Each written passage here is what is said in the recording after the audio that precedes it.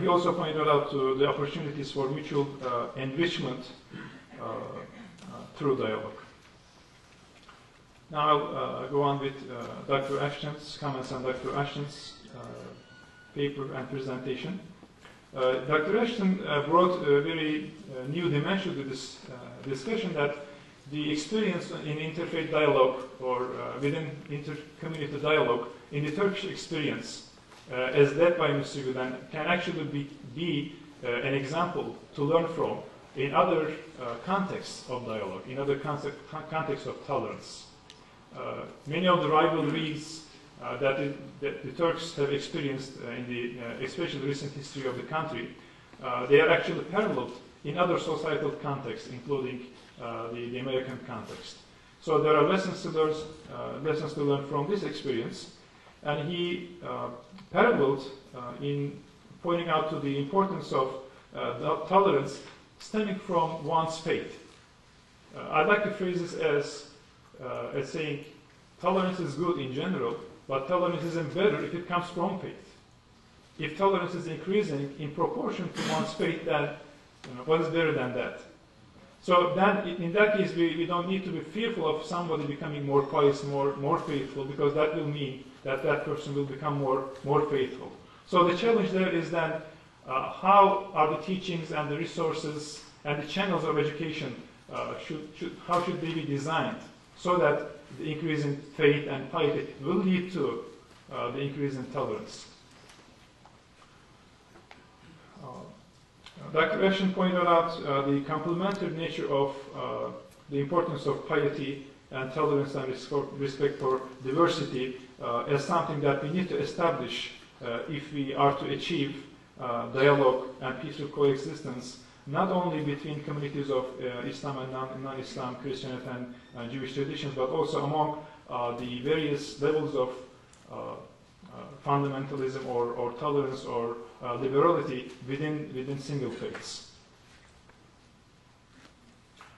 Dr. Ashton also pointed out to Mr. Gülen's emphasis on the depoliticization of the religion, or he's pointing out the risks of politicizing religion. Just as it damages religion more than it damages politics, it also undermines a peaceful future for the world faith communities. He also pointed out an important fact that labels or adjectives such as left and right, liberal and conservative, these are essentially tools of the lazy.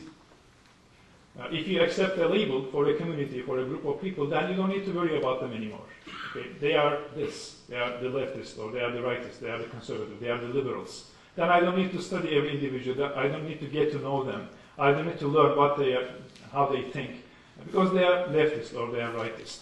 So this is an attitude sometimes we adopt without actually recognizing it, without recognizing the danger in this laziness. So he pointed out that this is an important recognition that everybody has to come to grips with.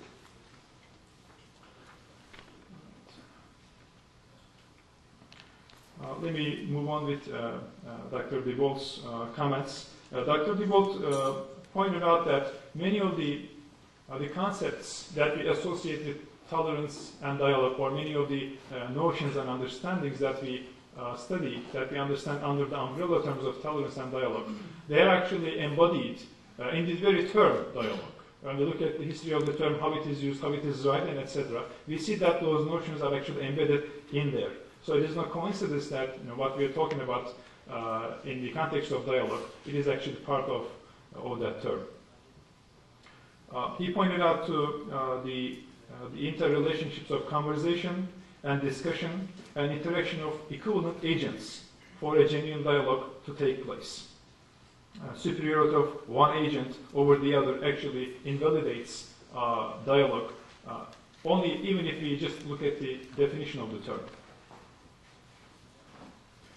He also pointed out to Habermas's discussion of the communication of rationality, and in there I caught these three important points that for a healthy communication and for a healthy dialogue to take place, there has to be three conditions. First of all, every point needs to be open to discussion. I don't think this is recognized by the communities that are engaging in dialogue. This is something that at least the communities need to be aware of, that eventually one should be open to the discussion. That doesn't mean acceptance, that doesn't mean subjugation. But if you're not open to this discussion of some concept, some point, then that means you're already limiting how much engagement, how much embracing, how much cooperation you're willing to do with the other party.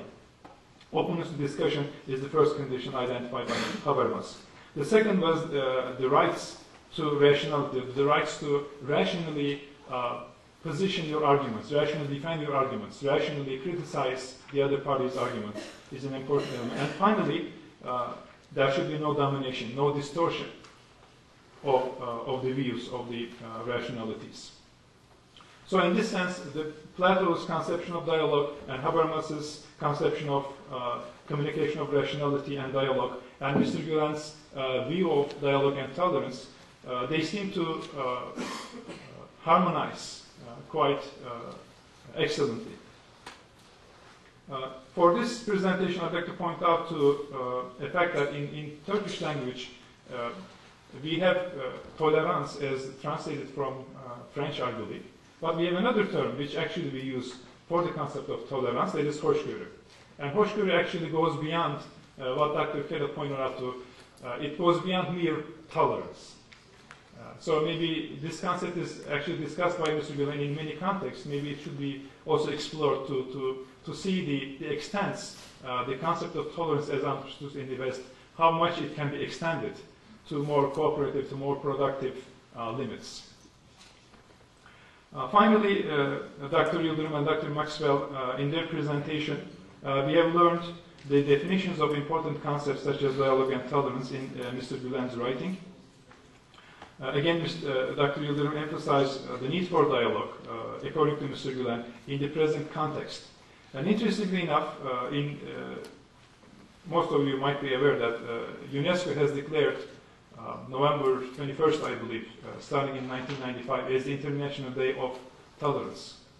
And in their website about this day, they say that tolerance is the basis for the guaranteeing of human rights and for the future of democracy.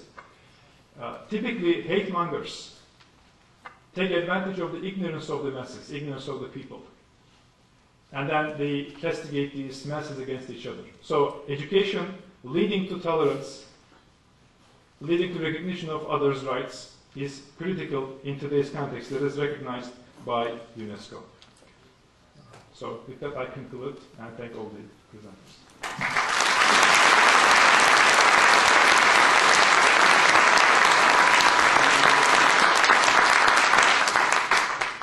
We now have a very serious sort of choice to make. There is time for general discussion or questions, which, because there's 10 minutes allocated, it's rather brief. What is the word in Turkish for khutbah, please?